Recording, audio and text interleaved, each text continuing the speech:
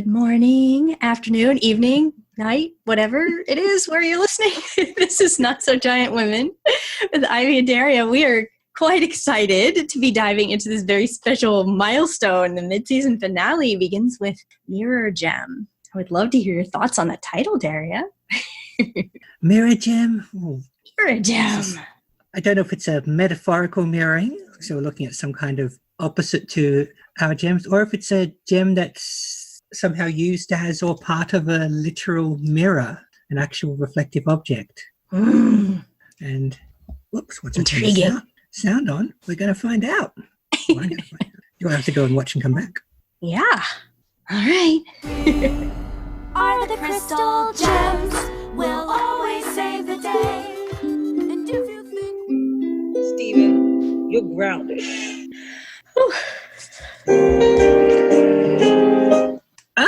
Wow. This is a moment, listeners. We have just upped the gem population by 33.33%. Oh, and went sideways real fast, didn't it? Oh, yeah. Let's see if I can cover this one. Oh, boy. Stephen is chatting to Connie on the phone, who reveals she'll be able to come hang out with him more often now that it's summer vacation. He's like, what's summer vacation? And she explains to him it's when school is no longer in session. He, as we brushed on earlier in this show, doesn't go to school, so doesn't have any concept of it, in fact, being out or what it is at all. Connie explained it's the place where you learn, where there are blackboards and various other things. And Stephen thinks this sounds amazing. This really points to some of the gaps in Stephen's education, i.e. pretty much everything. And he decides to make himself a school out of the various things in the beach house, which do include a blackboard, an anatomical model. I'm not sure why that's around, but when Pearl discovers him doing this, when she learns it's about making a school and that's for teaching, well, she is ever so excited. And being eager for Stephen to learn and to teach him, she produces from her gem, from her pearl, not a usual pearlogram, but a mirror, a hand mirror with a gem in the back of it. She says this has viewed so much of gem history and it can show them anything it has viewed in all of that time. Pearl tries to get it to show us the galaxy warp. It does not, no matter how many times she asks, probably reminding many viewers of a stubborn Google Home or Siri.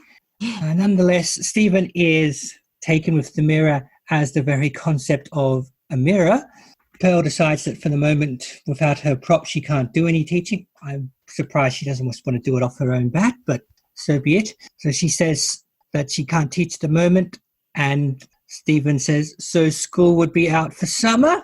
And now he's overjoyed that after 5 minutes of school, he's on summer vacation and runs down into Beach City along the boardwalk, where at first he learns when he talks to the mirror, it can mirror exactly what he did back at him.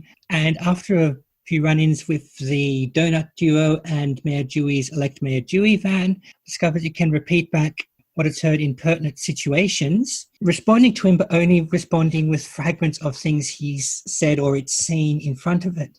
This, at first, while it's way in the afternoon, making fart noises at Mayor Dewey's speech. But even once that's finished, Stephen is quite thrilled, and the mirror tells him it can be his new beach friend, his new beach summer holiday friend, which is something he was inspired by from Sadie, and less so Lars, who is just looking for the out-of-town babes, which he assures us will be hanging off his arm any minute now. He tells the mirror he's going to take it back to the gems, and the mirror repeats his big no from earlier. Stephen doesn't understand and tries to reassure the mirror that the gems are a great audience. It keeps screaming no, but nonetheless, Stephen returns home to the gems, where he says the mirror is like a person, and they all look very, very alarmed at this. Initially, the mirror refuses to respond in front of the gems, but when Stephen takes it aside, it tries telling him it is just for you, Stephen. But the gems nonetheless see this and are no less freaked out.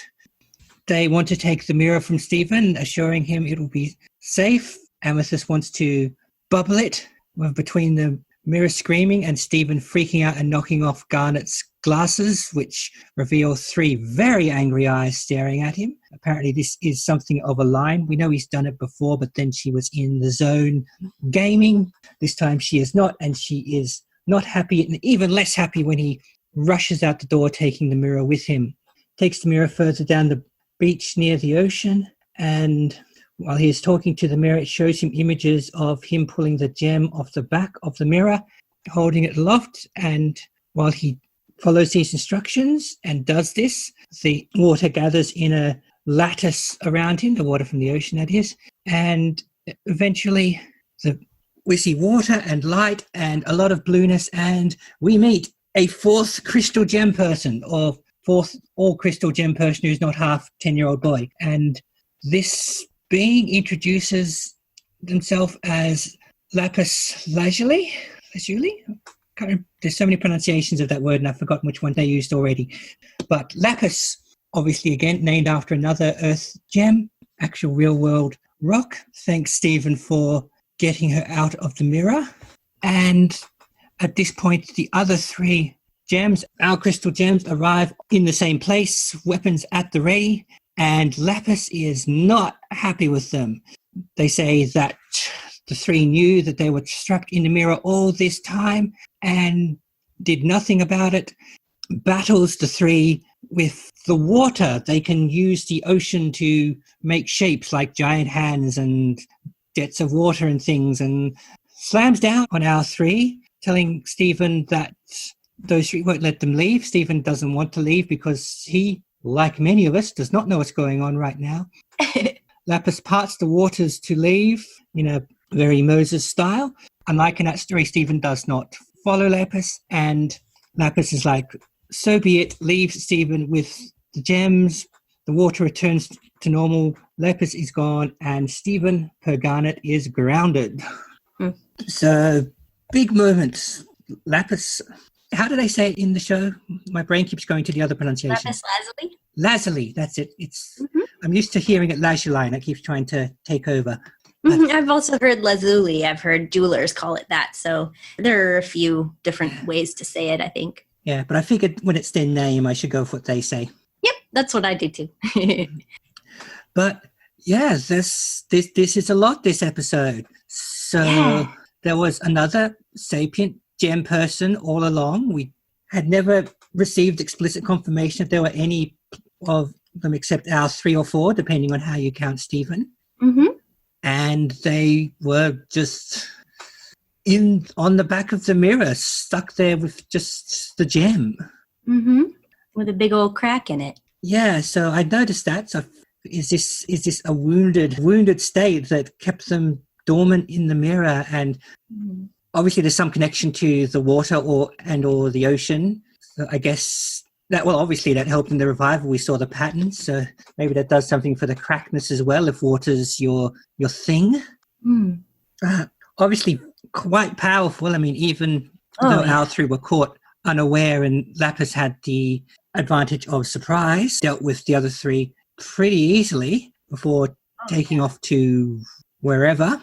And our 3, Lapis had the moment of surprise in the attack. They were not entirely surprised that this was going on. It looked more like something they were fearing could happen from their reactions. Those faces, those very well animated faces, were not a person. What? Really? What's all that about? They were, oh crap, it's a person. Why are you saying that? Why is it a person? Stephen, get away from it. Don't have it be a person on you. Right, like it had some kind of meaning, like, oh, if it's doing that, that means this, and that's very disturbing. It's dangerous now. It's not a toy. So, yeah.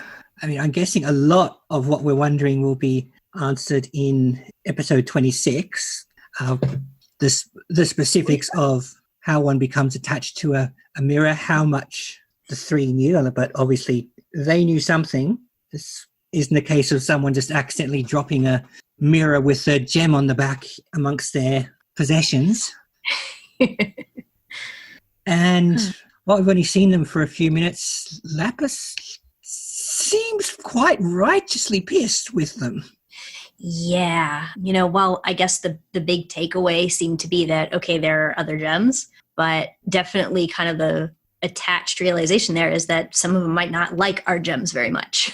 Yeah, and it seemed that Lapis was aware, conscious, this whole time being stuck to the mirror. This isn't someone who just walked in or arrived by whatever other means. They were there the whole time, and there's a word for it, but which I can't remember, of course. But looked like the gem solution for this on a moral level was just kind of hoping they never woke up. Mm-hmm. It seemed at least like Pearl, well, both of them were like, okay, it's a tool, it can't want anything. And Pearl was like, oh, this can show you this, and just treating it like it's some kind of machine. But when they figured out it was trying to talk to them, to Stephen, it's like, it seemed like that's definitely not the kind of thing Pearl would have given him to play with and just run around with if she had known there was somebody in there. It seemed like that surprised her. Yeah, I guess whatever they thought was going on, any chance of personhood was at least a remote possibility because, well, excuse me, we've seen enough in the past what happens if you give Stephen any kind of artifact. So Pearl must have been confident and or pretty negligent if there was any chance of it doing this. But I guess there was a chance. Mm. I mean, even Amethyst was like, holy crap, you guys, when Stephen said it was like a person. So this is obviously Amethyst turned serious level serious. Right. She's saying, "Guard it, do something." Yeah. There's definitely a tier we've seen when something becomes serious for Amethyst not to laugh about it or blow it off. And you're right. Mirrors being people is apparently one of them. Mm-hmm. It's also very interesting that Lapis left and said, "Don't trust them." Yes. So how these three and this one relate to each other? Were they on opposite sides in the big conflict? Is there other particular reasons for Lapis to hate our three other than the whole mirror thing, which granted it's not small grounds on itself? Right. Is she saying don't trust them because I'd rather you trusted me and I'm counter to them? Or is there something in particular they think that the three are sitting on? It's a very interesting introduction where at first Lapis is grateful and then she says, "Are you really a crystal gem?" And he says, "Yes." And she goes, "But you set me free. Like, that doesn't make sense. Why would you let me out if you're a crystal gem?" So she sees them as, I guess, as her enemies, but we don't know why. It's just kind of starting to suggest that something has happened and she thinks he should know. Yeah, so is she like a criminal or prisoner or something to other crystal gems? Assuming, I don't know if she's using crystal gem as only a word for the others, or if she's just using it, or if Lapis in fact counts as a crystal gem herself and is just, for obvious reasons, not including herself in the description of people who keep her prisoner. Mm-hmm. I think they'll make that a little clearer as they talk more about it as the show goes on. But at this point, she's just kind of acting like Stephen already must know what that means. Like, if he's identifying yes, he's answering yes to this question, then it doesn't make sense that he would let her out. So that's why he makes this adorable confusion sound. It's a really good voice acting there.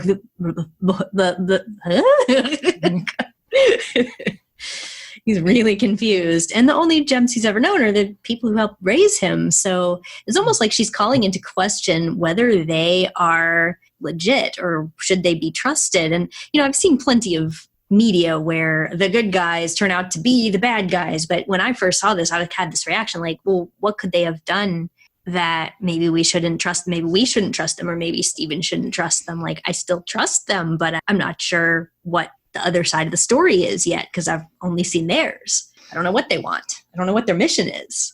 Yeah, is this sort of something objectively awful, or is it, as we said before, is it just Lapis like not liking them because they stuck her in a mirror or left her in a mirror? We don't actually know if they stuck her in there.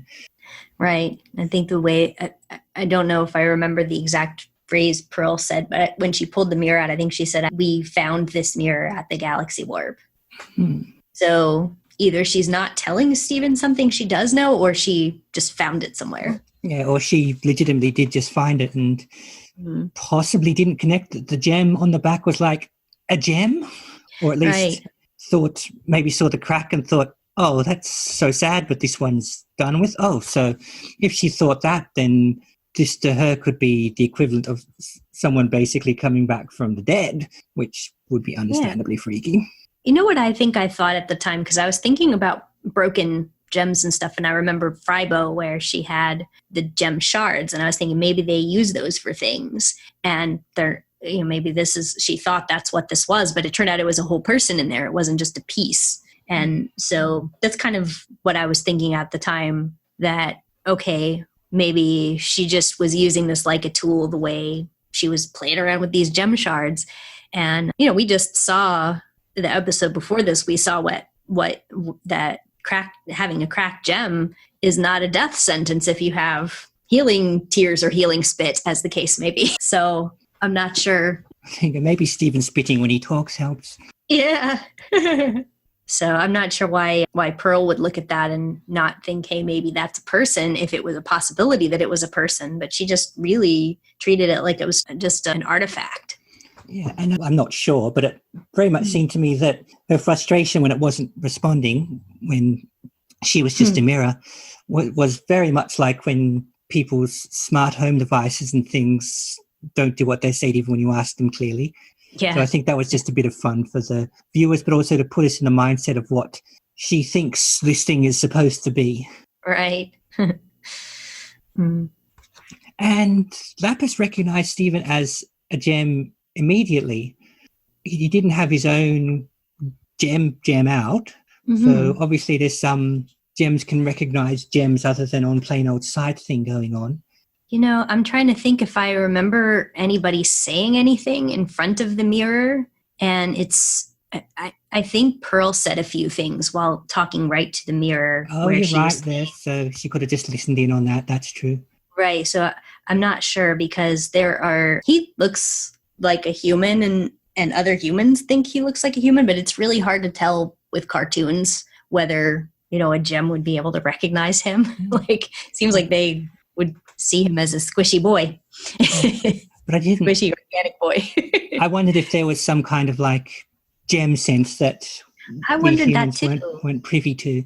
And again, they're not clear about it. Yeah, it's one of those questions we don't really have any precedent for this time, because we've only seen 3 other gems, and we've known, plus Stephen, and we've known who they are pretty much the entire time. So there's been no reason for them to have to recognize each other other than already knowing who they are. Right, who's a gem and who is not.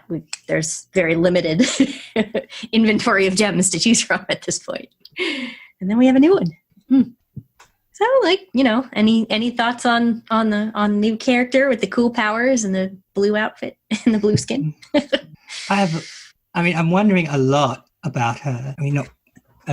Obviously, again, one means or another, this shows that our 3 were not, as previously speculated, the last of their kind. So whether she's bopping off back to Gemzania or somewhere and to be with lots of other gems, or if this indicates they are scattered, because as you and the listeners will know, this is something I've been nutting out for quite some time. We haven't quite had landed, but yeah, her immediate raw power level, at least in terms of water, is pretty impressive. I don't know what she's like when she's not near a body of water, or if she's restricted to oceans because of some poetic thing about gems in the sea. But, well, given most of what we see happens in a place called Beach City, then I think that's going to make her pretty formidable as long as we're sticking close to home. Because that water hand just smacked the 3 away like they were nothing. Very nicely animated water hand with like the ripples of water looking like musculature when it was stretching out in that shot. I love that. And Garnet sort of pressing up slightly into the water hand, because ultimately it is water while she was trapped under it. Yeah. I thought that was really interesting. That's the barometer, I guess, for this is a really scary opponent if it can hold Garnet down. Yeah, because Garnet certainly seems to have the edge when it comes to raw brute strengths, unless there's a water hand involved. Yeah. She did end up being able to punch it away, but it took her a minute. Yeah. So character design-wise, I thought it was really interesting that she had this sort of, Lapis has this innocence kind of thing going on, this very like the bare feet, the willowy body, the anime girl hair, except she's blue.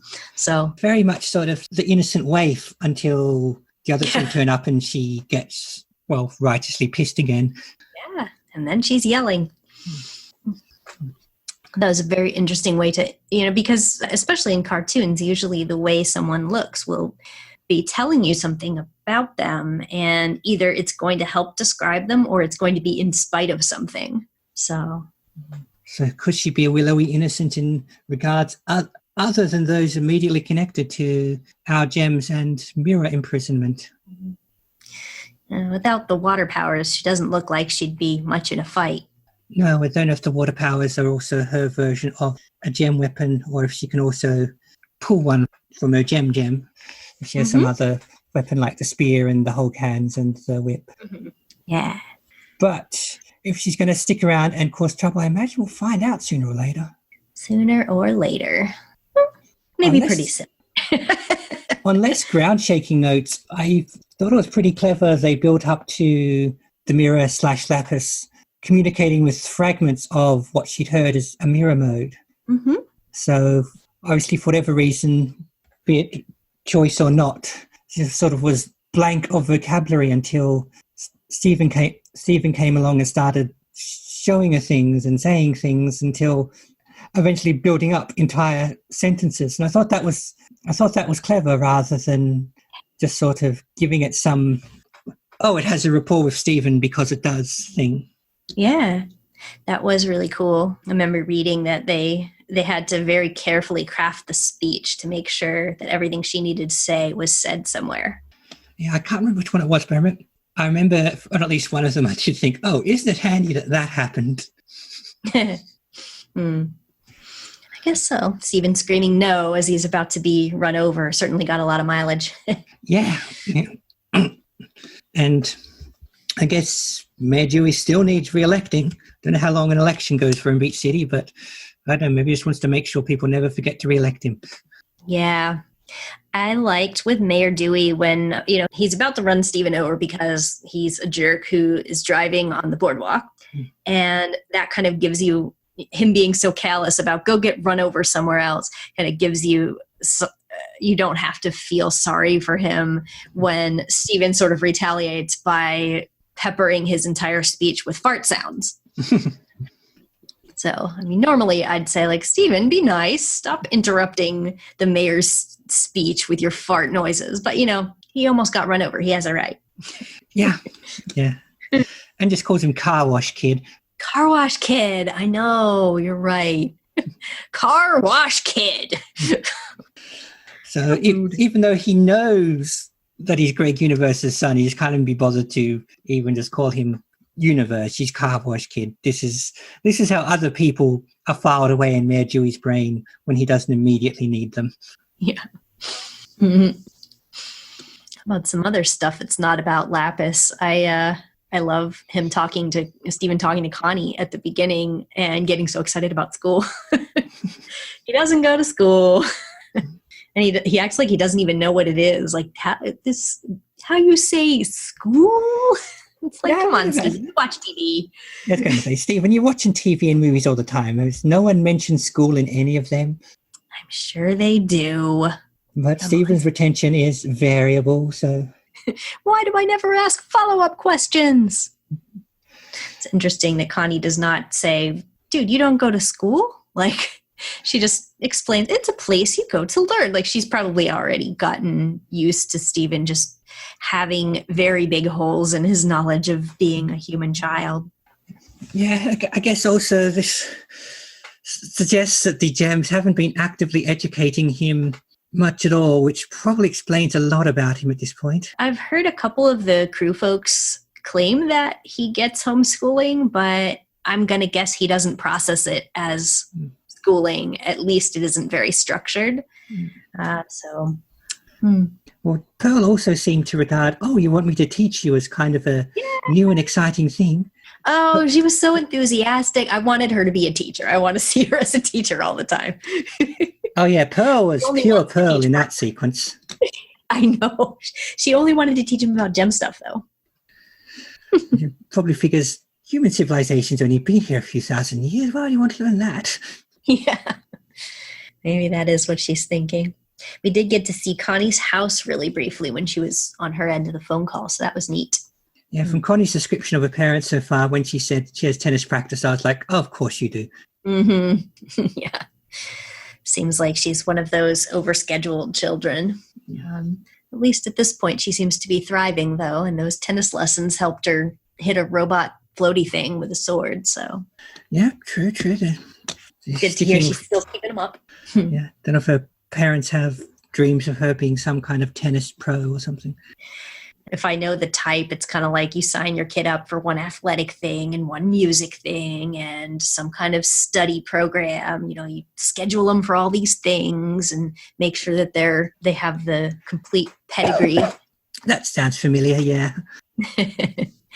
Yeah, I like that she mentioned tennis practice too, because usually in cartoons, especially with the secondary characters, if she mentions tennis practice in the same episode where she's going to use her tennis skills, and then you never see her mentioned again. But here she is still going to tennis practice. So it's nice to see. In proper tennis whites and everything. Yeah, I play tennis.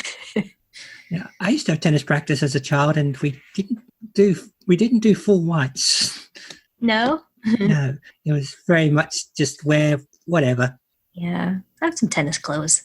My grandfather played. He was great. He played into his 80s, and I could not beat that man. I mean, he was the only way I could occasionally get a point on him is if I had to make him run, because he didn't run so well in his later years. But he placed the ball so well that I couldn't hit it back. And I'm all confident. I'm like, yeah, I'm gonna beat an old man, but I couldn't return his serves. It was ridiculous. Yeah, he's had 80 years practice. Yeah. Yeah, he ended up having to give it up because of, I think, his elbow or something, and he was falling down sometimes. He played doubles. But, I sure hope that's hereditary. I'd still be playing when I'm 80. But I haven't played in a few years. So I venture to say I probably would not be able to fit into my clothes right now. So, have to unearth them and run around the court a little bit. Let's see. Speaking of Pearl and her teaching, too, she suddenly pulled out this obsession with symmetry in this episode. I mean, it's established, but suddenly she wanted to make this pile symmetrical. I laughed a little bit when Amethyst was pushing her buttons, putting stuff on her pile, but I cringe a little bit when it's like, let's make a joke out of her being obsessive compulsive. But at the same time, they've known each other for a very long time. Yes, well, it's less making a joke of her obsession compulsion as making a joke of Amethyst being the sort of person who just messes around with her co-gem no matter what. Mm-hmm. The whole pile of stuff she had destroyed. Steven's little teddy bear. He says, MC Bear. Which he gets over because he has the shiny mirror to tell him about. Yes. Anyway, I fixed the mirror. Yeah, that was a pretty creepy scene too. I think the audience mostly is starting to realize that Mirror is kind of acting creepily long before he does. Yeah, but I think if nothing else, most of the audience are going, mirrors don't do that. Right. But especially when it just starts saying, like laughing over and over again with this. And layering its laughter and all the rest. And yeah. So just Lapis has an effects studio in there with her. Oh, yeah. They had fun this episode with that. A lot of sound stuff. Yeah, that would have been fun to do from a sound making point of view. I think so. And after I noticed, okay, so when Garnet was coming over trying to reason with Steven, give me the mirror, it's not a person, it's a tool. But then when he hits her and her glasses fly off, and the entire audience is reacting the same, like, oh, he hit Garnet. And then Amethyst just like, oh. And then she gives him that look. Oh my goodness.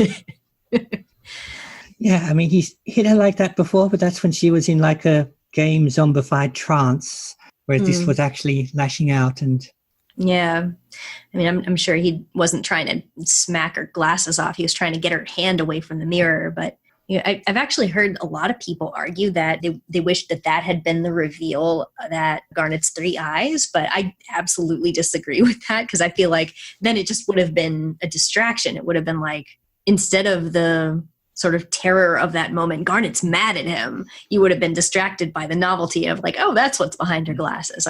I'm glad we already knew. Yeah, I can see where they're coming from, though, but I think I agree with you.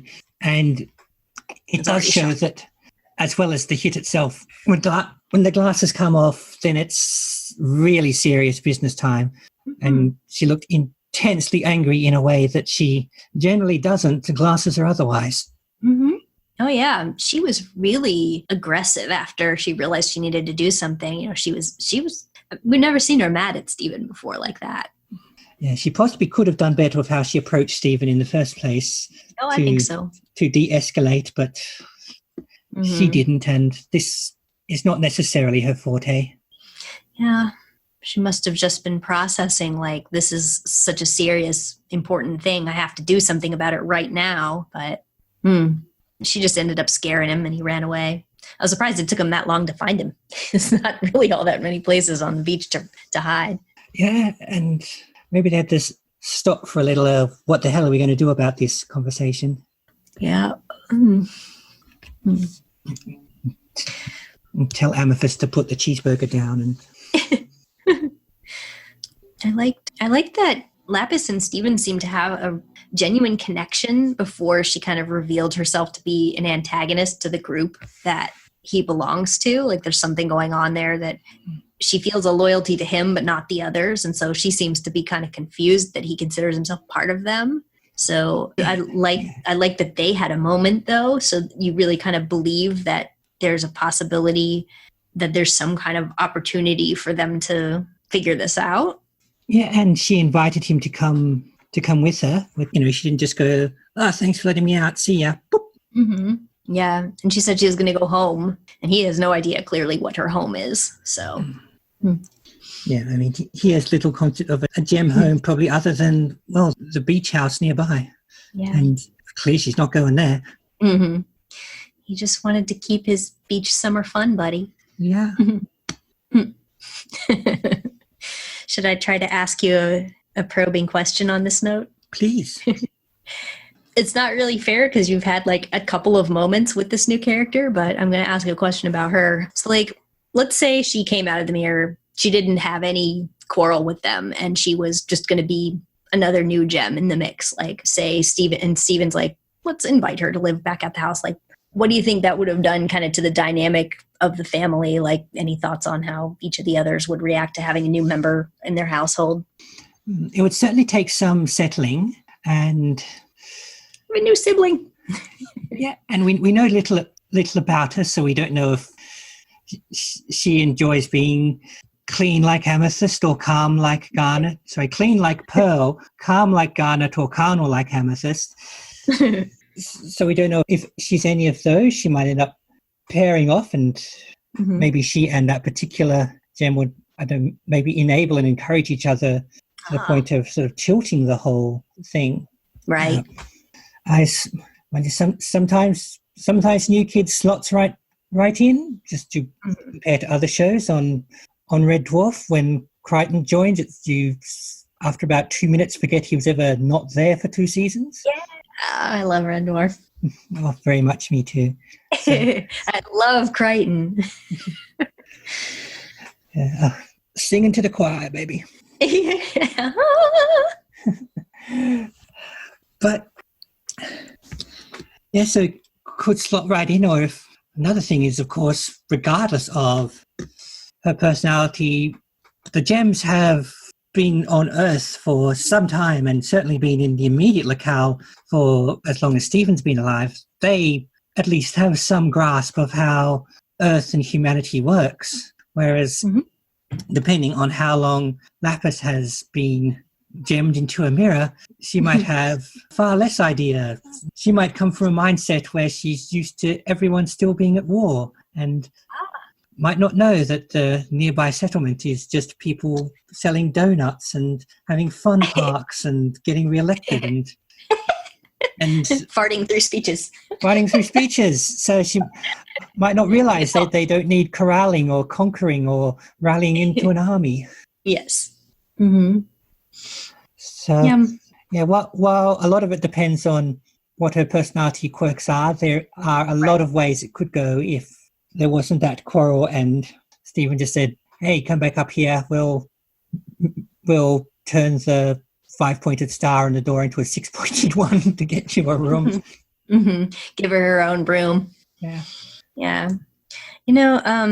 Leaving out the personality of, whoever the new character is, like I could definitely see each of those gems going either way too. Like, I mean, really Stephen, all I can see him doing is wanting to help a new person integrate and befriend them and, give them cake. But, Garnet, I could mostly see just being indifferent to almost anyone, just kind of being there. But I could see Amethyst being all like, here's a buddy for me, or being angry that somebody else is there, just depending on how she's feeling that day or whatever the dynamic was. And Pearl, I imagine, would want to like lay down laws and like either be excited to teach somebody new how things work or be angry that they're not doing things right. I bet Stephen would want to teach her about how human civilization works, but as we've seen, even Stephen, his idea of that, despite being human or half human, his view on that is a little bit Stephen to start with. Might need some Connie. There you go. Get Connie to help sort her out. Yeah. Then they could have a school. Yep. I mean, that's part of it. We don't know how long Lapis has been in the mirror, which there's all sorts of things been going on that she may or may not know about at all. Right. And what level of consciousness did she have? I mean, was she just being obstinate when she wouldn't answer Pearl, or was she dormant for some reason? How long, has she been dormant? Is it like getting bubbled, or has she been basically awake? And Pearl expected the mirror to do the show me this, show me that scenario. So one assumes the gem, and therefore Lapis was attached to it when at some point and was doing that. So back then, was she in control of herself? Was she going along to get along? Thinking maybe if she acted as Gem Siri for long enough that something would come up and let her out. Yeah. I guess she was living in Pearl's head. Yeah, that's true too. That it was stashed in Pearl's gem space. What's it like in there? Gems within gems, literally. Oh, creepy. And we didn't have any songs, but we had some pretty cool background music. Yeah, very much drove the mood, which well, there was a lot of mood to drive this week. The whiplash to look at Stephen's mirror to what the hell. I've mentioned before that characters get an instrument to kind of indicate their personality, and with Lapis seems to be some kind of synth bells. It sounds like this kind of creepy doom doom doom doom, creepy doo doo doo doo. So that's one of them. There's one that's just a mirror gem background thing. There's one called Let Me Out, and there's one called I Am Lapis Lazuli, which I guess is the one that's going on while she's yelling that.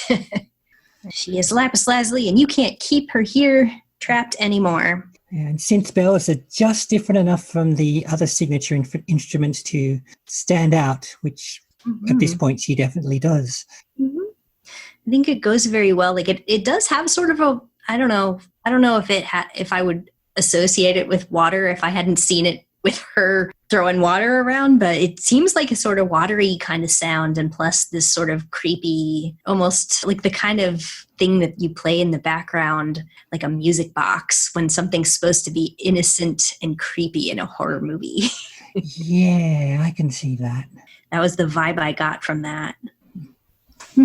So, but no singing. I mean, unless you count Stephen making noises while he was clearly doing the moonwalk. Yeah. Well, there's your bonus track. There we go. Yeah. It's not on any official albums, but I'll take it. But I don't know if I can forgive this episode for not giving me any food to reproduce, No. Well, it shows how serious it is that people aren't even stopping to eat. They're not stopping to sing or eat. So this is obviously big stakes. Yeah, how can this be Steven Universe? And in fact, even when we met the donut duo, they weren't even in the donut shop. It's true. So we didn't even see, the most food we saw was the logos on their shirts. Oh, I think you're right. Yeah, I don't think anybody ate anything. There weren't even people with just random candy bars or sandwiches at the speech or anything. Yeah, well, as soon as I say I'm sure about that, there's probably somebody in the crowd at Mayor Dewey's eating something. I don't remember it, though. I didn't spot any either, no. I wasn't actively looking for it, but yeah. So this was another Raven and Paul episode. They did the previous one, and they did this one as well. So they got to draw the scary things. Yeah. We did it, and we got some great face animation out of it.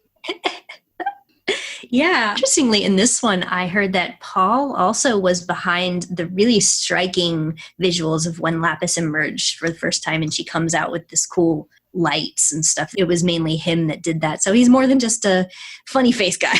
But Rebecca and Ian also helped with that. But he was the main person doing that. I read that somewhere.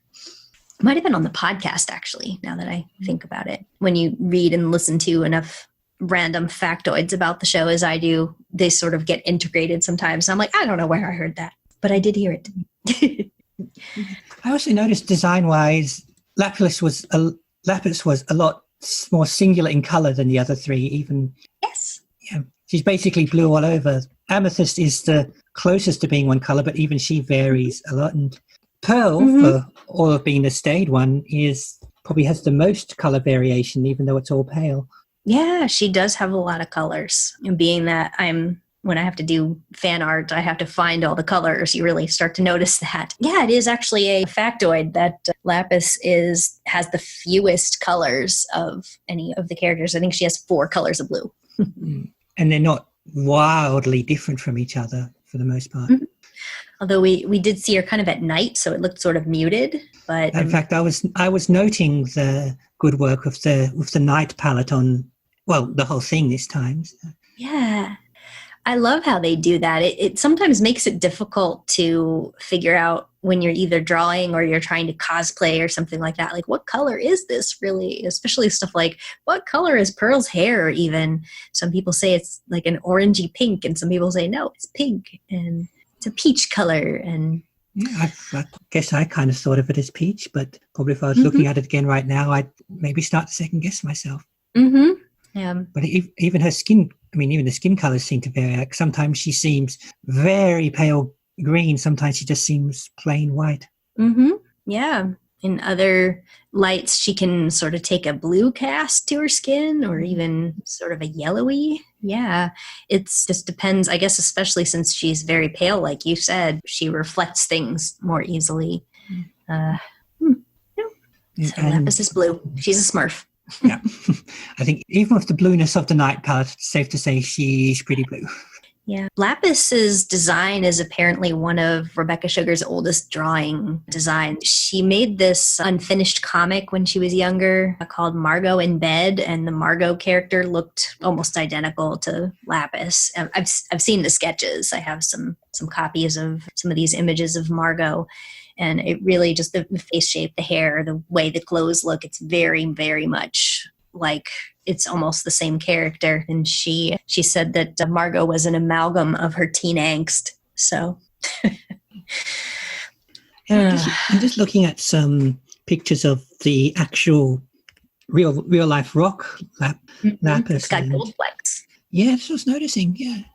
It's got some gold flecks in it. I had a bracelet of Lapis Lazuli stone when I was in elementary school, and I remember it having these little flecks of gold in it. It's quite nice. Yeah. She doesn't seem to have any gold in her palette. No, maybe they just wanted to make her stand out with her blueness. Could be. Should I tell you some more factoids while I'm at it? Yep. Lapis is voiced by Jennifer Paz. That is the actress's name. Jennifer Paz is a new one on me, I think. They do tend to use a lot of people who are known for their vocals, but not necessarily in voice acting. And I believe I don't know what all else she does besides this voice acting, but I do know that I've heard her sing Broadway shows, the stage shows and stuff. She's a terrific singer. So, and you always hope when you get a singer that they'll give them a song. So yeah.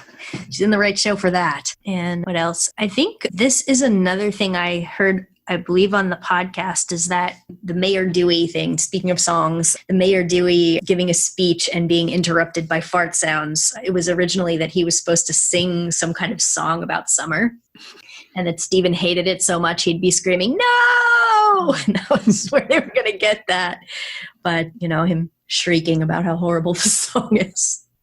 But they changed it to what they changed it to. They made it into fart sounds.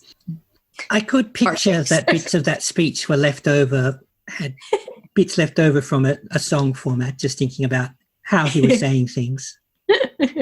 Hot, wet, summer wind. Well, yeah, and...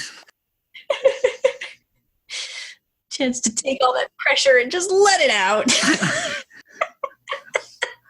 I know the fun of writing something like that where you've just got to pound in the double references and things. It's so fun. Way back on Friday Night Lip Service, we did a show about periods, and I wrote up the blurb, and I just filled it with so many things about cycling through and mooning over and lining things up and telling you all about the whole bleeding thing, period. See, no wonder you like the jokes and cat fingers. I mean, you groaned at all the right points, but you were laughing. Oh, yeah. Well, when I do that groan, it's like a kind of laugh. You're appreciating another master. Yeah. But also sometimes those are funny because they're just so rammed in one after another. Mm. Like sometimes none of them would be funny on their own, but because they just go bang, bang, bang, bang, bang, bang in the space of like a minute. You're right. They stop being really annoying after a few, and it just starts being hilarious that they're all bad. In Mayor Dewey's speech, you're wondering how many more of these can they actually get into the speech? Yeah, I mean, Stephen injecting those fart sounds, it's almost like he was trying to help. Yeah. Mayor Dewey, you can't possibly not know what you're saying right now. Well, that's the other thing, his just apparent ignorance and digging himself deeper. Yeah. I don't think I gave you the tagline, did I? No. The description says Stephen befriends a magical mirror that can mysteriously communicate with him through recordings of what it has seen. That's too much. Yeah, I mean, granted, it doesn't give away the big reveal, but... Which is that she's not just a mirror. Yeah. I feel like that's too much. Yeah, I mean, you could even regard without even giving away that it communicates in some way that Stephen is taken with a gem artifact mirror he finds, or even do the one where they just completely bury the lead and Stephen finds out what a school is. Oh, goodness. I would have loved that. I think I could have just ended it at Stephen befriends a magical mirror. That would be something. And you'd know which one it was. Actually, my mom accidentally saw this show. Like, my mom knows I'm really into the show, and for some reason she thought it was an old show, or she didn't realize that it was currently playing and that she could just see it on TV sometimes, but they were showing a rerun of this episode. And she's like, "I saw your Steven's Universe." And I'm like, "Oh, really?" And she's like, "Yeah, I wasn't expecting it to be like that." And I'm like, "Well, what did you see? She's like, I don't know. I said, well, just tell me something you remember. And she's like, well, Stephen had a mirror. And I'm like, oh, it was mirror gem. She goes, just from that. I'm like, Stephen had a mirror. So narrow it down, right? She liked how their eyes were drawn, apparently. Another time she couldn't remember the name of the show. And she's like, what is it? Is it Bruce Universe? Steven, not Bruce. Yeah, I don't know where Bruce is. Long lost brother or something. It's also my father's middle name, so I don't know why she came up with that. Brand spanking new, mint in box. Since I don't have any food for you, all I have left is the merch. Oh, of course. Yes. I'm sure you won't be able to guess what it is at all because I can't show you any Lapis merchandise. Is that not sad?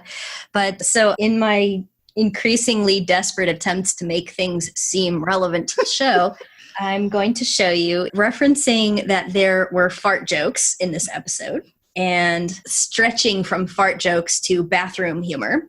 I will say that undergarments count as bathroom humor. And I'm going to show you my Steven Universe boxer shorts. Ah. So I have a cute pair of official Steven Universe boxer shorts. Oh, they are cute. They have Steven all over them, showing his gem and little stars and a stretchy waistband that says Steven Universe on it. And they are official Hot Topic merch. And I sit around the house in them sometimes. Steven Universe boxer shorts. They look like they're comfy enough. They're pretty comfy. They're very tiny. I finally managed to find something that fits me. Most clothes are too big if they're adults' clothes. So that's my attempt to connect it to the episode. Steven Universe boxer shorts. I don't even know if they sell them anymore, but I managed to get lucky and find them while they did. Yay! And that's the merch. So what else should we do about this one? Is there anything else you want to talk about with Lapis, or should we jump into the second half of this? Jump into the second half of this because a lot of what we want to talk about is, I wonder what's going on in part 2. Yeah. Well, let's do that then. Okay. All right. Thanks everyone for listening, and I hope that we'll have the second part up shortly after the first part when it goes up. Bye, everyone. Bye.